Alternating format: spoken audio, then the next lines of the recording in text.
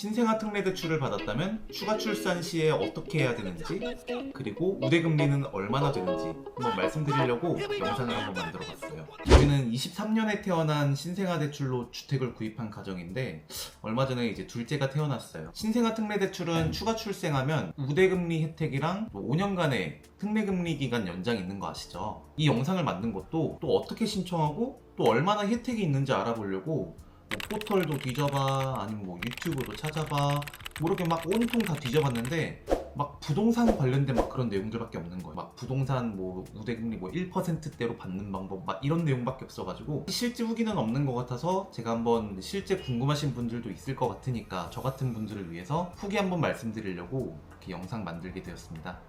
근데 아마 이렇게 후기가 없는 것도 지난해 초에 신청을 받기 시작했으니까 뭐 추가 출생 후기가 올라오기엔 너무 짧은 기간이라 그런 게 아닌가 싶기도 해요, 사실. 먼저 저희 같은 경우는 23년도에 태어난 아기가 있고 24년 초에 입주할 아파트가 있었는데 마침 신생아 특례 대출이 나와서 대출을 받은 케이스예요. 그래서 이제 1월 말에 그 첫날에 신청을 해서 3월 초에 바로 입주를 했습니다. 그리고 저희의 조건을 한번 말씀드리면 대출 신청 당시에 제가 외벌이를 하고 있었거든요.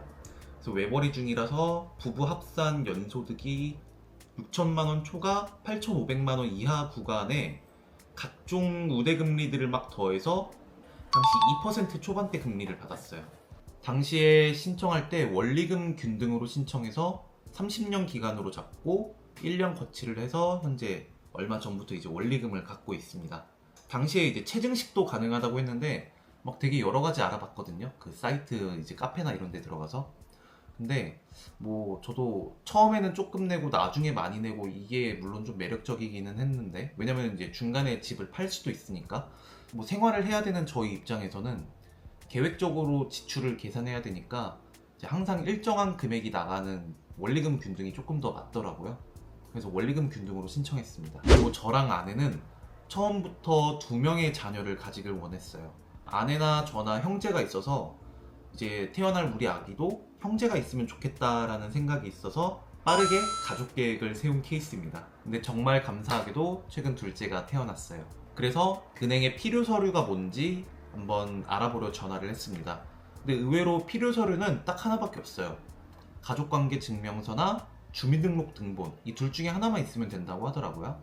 그래서 제가 출생신고를 하고 가족관계 증명서도 한번 떼야겠다 싶어가지고 한번 떼려고 하니까 이제 신청 직후에는 바로 또 좀 오류가 뜨더라고요.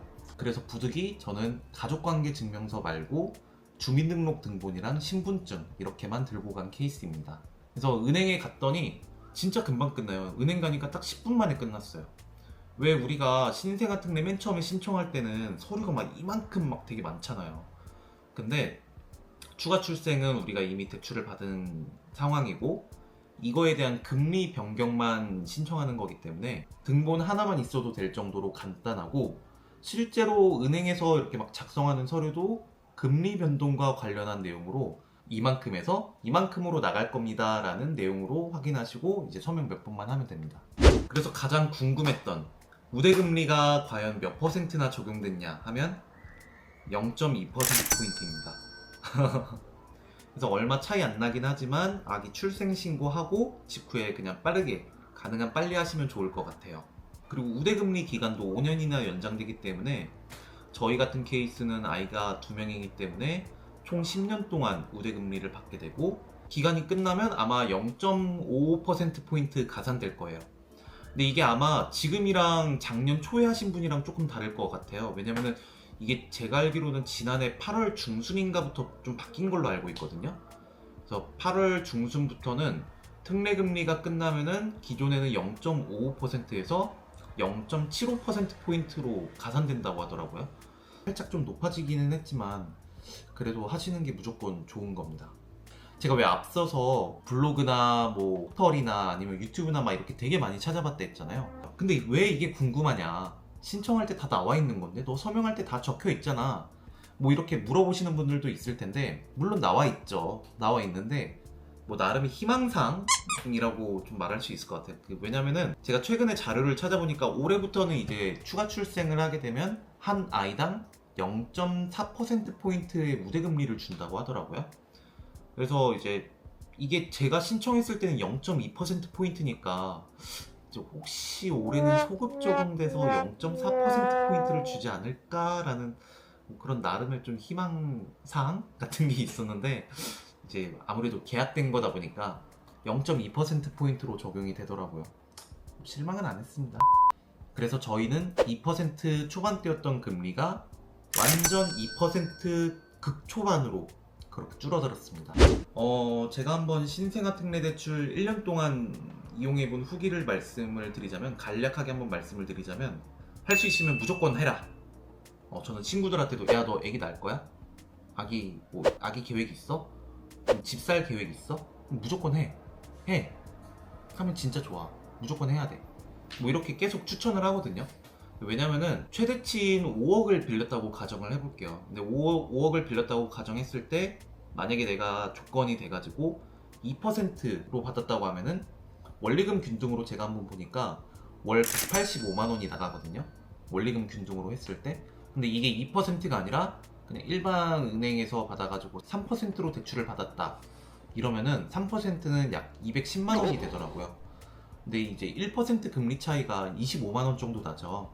근데 월 25만 원 별거 아닐 수도 있긴 하잖아요. 근데 이게 뭐 1년이 가고 10년이 가고 이러면은 되게 쌓이는 금액이 진짜 어마어마하더라고요. 그리고 저도 단 0.2%포인트 차이인데 그 전과 후가 월 6만 원 정도 차이가 나요. 6만 원이면 뭐 애기 티셔츠 한 장 정도 살 수 있잖아요. 근데 무조건 해야겠죠. 그리고 신생아 특례 대출 이제 우대금리 같은 경우는 세 자녀까지 가능하다고 하더라고요. 근데 아시다시피 우리가 대출 접수일로부터, 이게 받는 시점도 아니에요. 대출 접수일로부터 2년 동안 우대금리를 신청할 수 있는 걸로 알고 있는데, 세 자녀면은 사실 쉽지 않겠죠. 엄마가 너무 힘들 것 같지 않아요? 아빠도 물론 힘들겠지만 쌍둥이가 워낙 많다 보니까 뭐 쌍둥이를 계획한 가정이거나 아니 뭐 쌍둥이를 얻은 가정이라고 하면 이게 분명 도움은 많이 될 것 같아요. 하여튼 오늘 뭐 별거는 아니지만 말씀드린 내용을 한번 종합해보자면, 첫 번째, 둘째 아기가 태어나면 혹은 태어날 계획이 있다면 빨리 출생 신고하시고 등본 받고 은행으로 가라. 은행으로 가서 신청하면 10분 만에 추가금리, 우대금리를 적용해준다. 두 번째, 이 영상을 만들게 된 근본적인 이유. 지난해 출생한 가정은 0.4%포인트가 아니라 우대금리 0.2%포인트를 적용해준다. 소급 적용은 안 됩니다. 그래서 뭐 별거 아닌 내용이기는 하지만 궁금하신 분들이 분명 있을 것 같아요. 그래서 이 정보가 도움이 되셨으면 좋겠습니다. 그럼 저는 애기 보러 갈게요. 안녕.